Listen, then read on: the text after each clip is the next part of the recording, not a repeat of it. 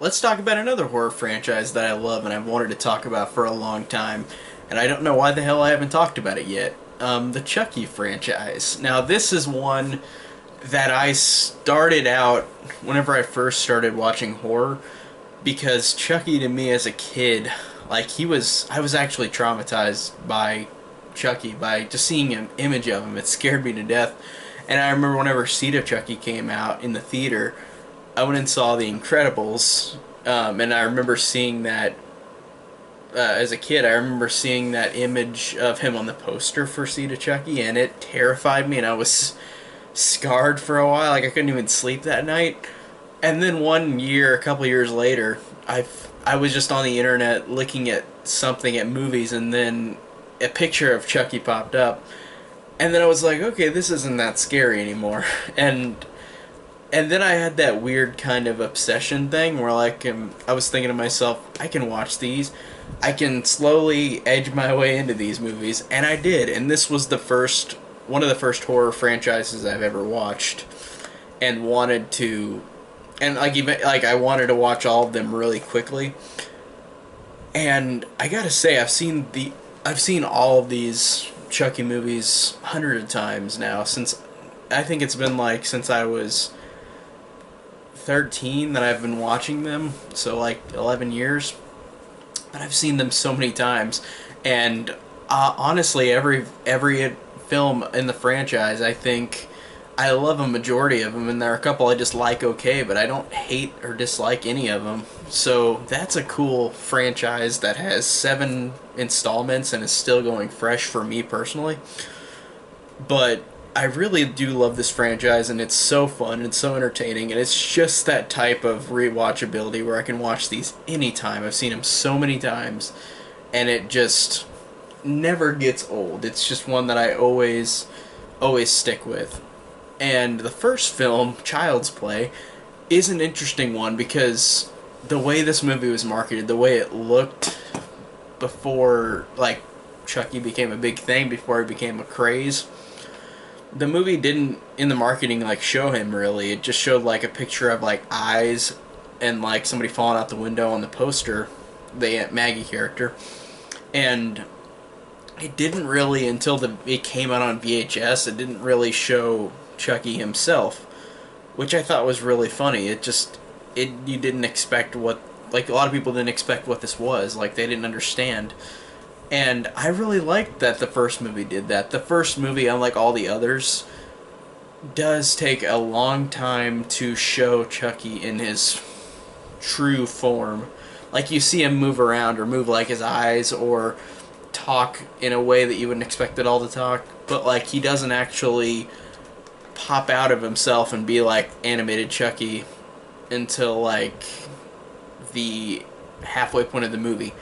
And it really works really well in that fact, because this character is not like in all the other movies. You immediately know who he is and what he is and he appears really quickly as animated form. But in this one, they did a great job of effectively building him up. The way that he goes from slowly moving around, seeing point of view shots, not seeing anything that actually signifies that the doll could be alive, because it also makes it at first be like a whodunit if it was Andy or if it was like this doll, because you did get the scene with Charles Lee Ray at the beginning and Mike Norris, and Charles Lee Ray does transfer his soul into the doll, but then they make it seem like it could be that he could not be, like, it could just be Andy doing it. And that's what the original script was. Like, it was supposed to be like this kid who did a blood swap with like his doll, and the doll became his id while he was sleeping, which would have been an interesting premise, but I feel like it wouldn't have gotten the oomph that this one did, because without Chucky, without his likability and fun to him, like, I feel like this franchise wouldn't have gone far. I feel like if it went that direction, the original script, Blood Buddy, it would have been like Magic with Anthony Hopkins, that movie with the ventriloquist doll, that is a great fucking movie. I love Magic, but it never had the oomph like this one did, because it didn't have a character that was so like crazy in how he reacted and how funny he was and how terrifying he was. And I felt like it would have been like that, where like it would have been one off and then it would have been nothing. So I don't know what to think, but I that first script sounded cool though for this movie, but I think that what we got was really really cool. And another thing I really like is that we get, for our main character in the 80s for a horror movie, it's usually like a teenage girl, teenage boy, and I know there's exceptions, but usually it was that I noticed. And in this one, we get a full-grown woman. I like that. And Catherine Hicks, who is awesome, she's such a great actress, is the main character in this. Karen Barkley and her son Andy, and Chris Sarandon is Mike Norris, and they're a great cast, all three of them. I think Karen Barkley is a really cool character.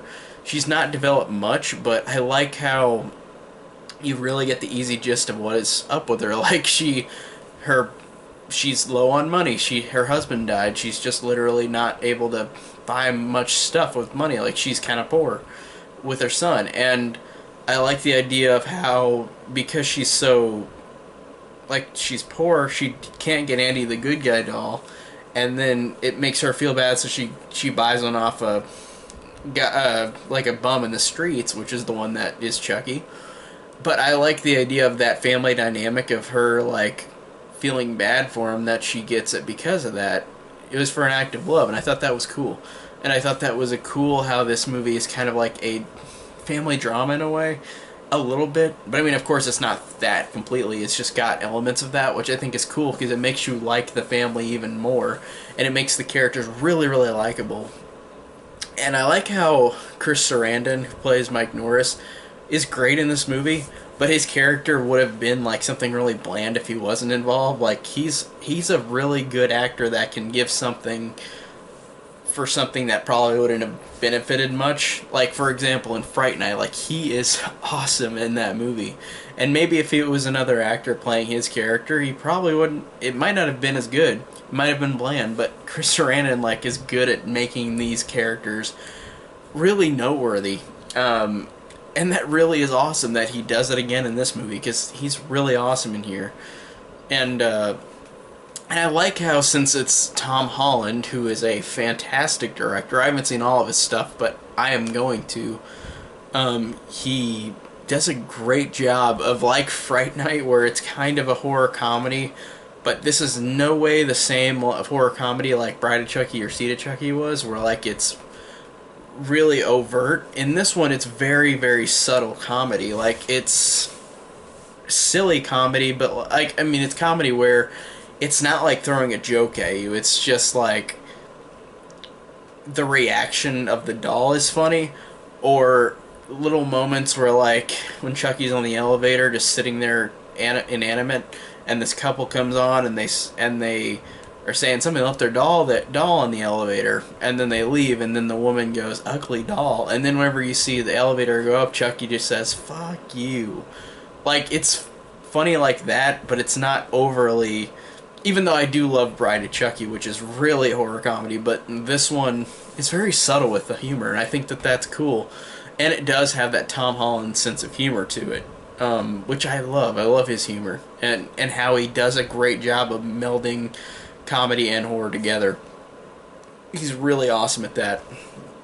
But the movie is really cool. I just love how it never gets old. I always have seen it hundreds of times, and I think that every time I do, it never feels like I've wasted my time. It never feels unfresh to me. It's just always entertaining because of the likable cast, because of the likable characters, because of the likable killer. And I like how he's like Freddy, where he's got a humorous personality to him. And in some ways, I like him more than Freddy in some movies. In some movies, like, I think he's more funny. Chucky is. But I do love Freddy Krueger, though, of course.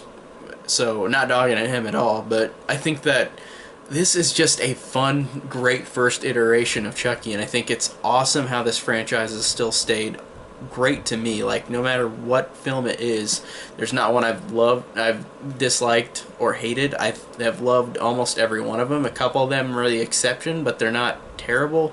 They're just not as great as the ones that I love. So overall, I think this is just an awesome franchise and an awesome first movie. With, like I said, with a likable cast, with likable characters, with good suspense, with good humor. and it's just a very well done horror movie. So overall, I really love this one. It's not my favorite in the franchise, and it's still one that I love, but it's not my favorite, and I'll get to those soon. But as of now, this one I think it still holds up.